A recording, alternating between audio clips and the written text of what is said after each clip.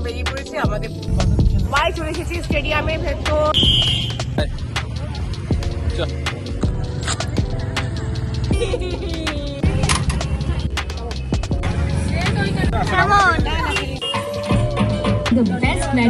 लोग कहते हैं কি সুন্দর লাগছে গো।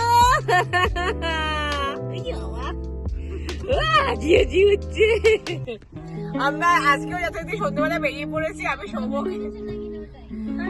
আমি সৌম্যকে বললাম যে দেখো মানে কপাল করে একটু যখন ছুটি পাও তুমি অনেক কষ্টে সৃষ্টে তোমার প্রতিদিন একটু সন্ধ্যাবেলা অনেক বেরোনো যাক, তাই আজকেও আবার বেরিয়ে পড়েছি আমাদের পুরো টিম নিয়ে। আমরা এখন ডুমুরজলা স্টেডিয়ামের ভেতরটায় চলেছি, না স্টেডিয়াম না সরি, হ্যাঁ পেছন দিকটা এসেছি। এখানে বেশ ফুটফুট আছে, ফুচকা আছে, অনেক কিছুই আছে। চওড়া রাস্তা দেখতেই পাচ্ছেন, মানুষজন হাঁটার জন্য, জগিং করার জন্য, সবকিছুর জন্য। আমরা সবাই চলে এসেছি স্টেডিয়ামের ভেতর। মোবাইল দেখছে, এখানে বাবান মায়ের কোলে বসে আছে। আচ্ছা রিমি কোথায় গেল? রিমি ওখানে ফোনে ব্যস্ত। কি গো ফুচকা খাওয়াবে তো?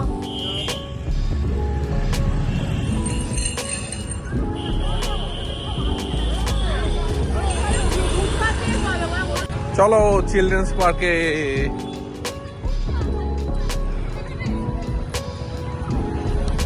চ ভুট্টা খায়। কত করে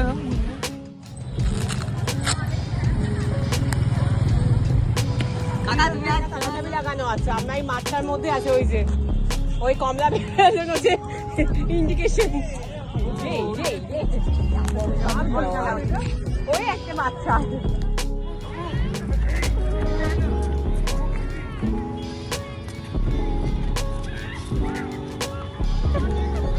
কিছু বেলুন ঠেলুন দিয়ে একটু কিনে দেবো।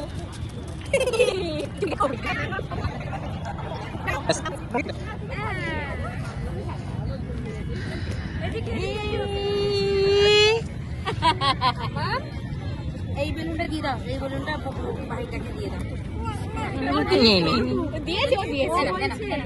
বলছে এটা ভাই তুমি খেলো আবার।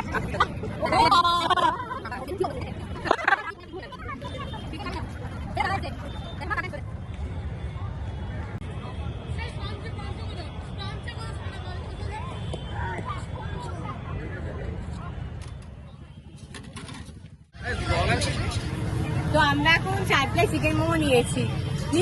ফুচকা খাওয়া হয়ে গেছে, এবার হচ্ছে মোমো খাচ্ছি। আমরা হচ্ছে বাইরে বেরোলে ঠুসবই, এটা হচ্ছে অলিখিত রুল আমাদের। আমরা ঠুসবই,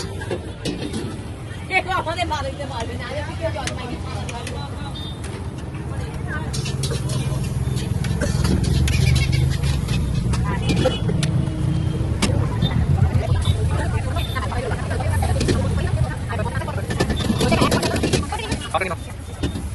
নিয়ে নে।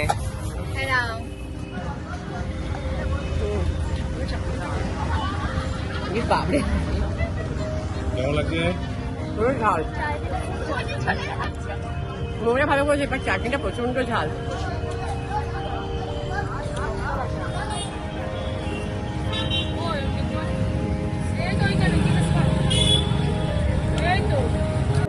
হ্যাঁ 3 প্লেট করে দেবো কেন?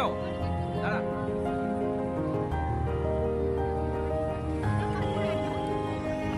এটা বলছো কেন? কেটে যাচ্ছে।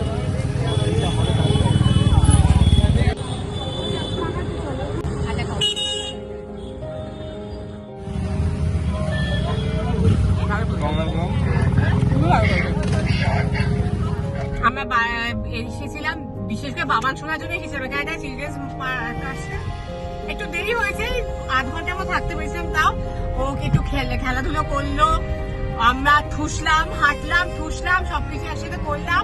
করে ঠুরে এবার বাড়ির পথে যাচ্ছি। আর আমরা বাইরে বেরোবো, ঠুসবো না, এটা আজ অব্দি করি, তাহলে ইতিহাসের প্রতি অন্যায় হয়ে যাবে। কি বলো সৌম্য? সেই জন্য যাই হোক এবার আমরা বাড়ি ফিরছি। প্রচুর ঠোসা হয়ে গেছে, আরে ডিনারটা একটু দেরি করেই খাবো, অসুবিধা নেই। চলুন আপনারা আমাদের সাথে থাকুন, আমরা বাড়ি ফিরি।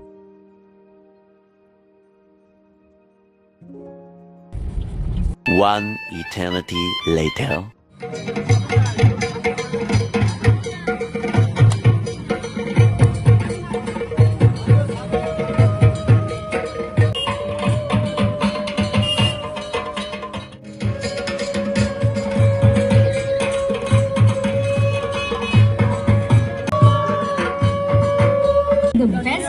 days grow more meaningful with time.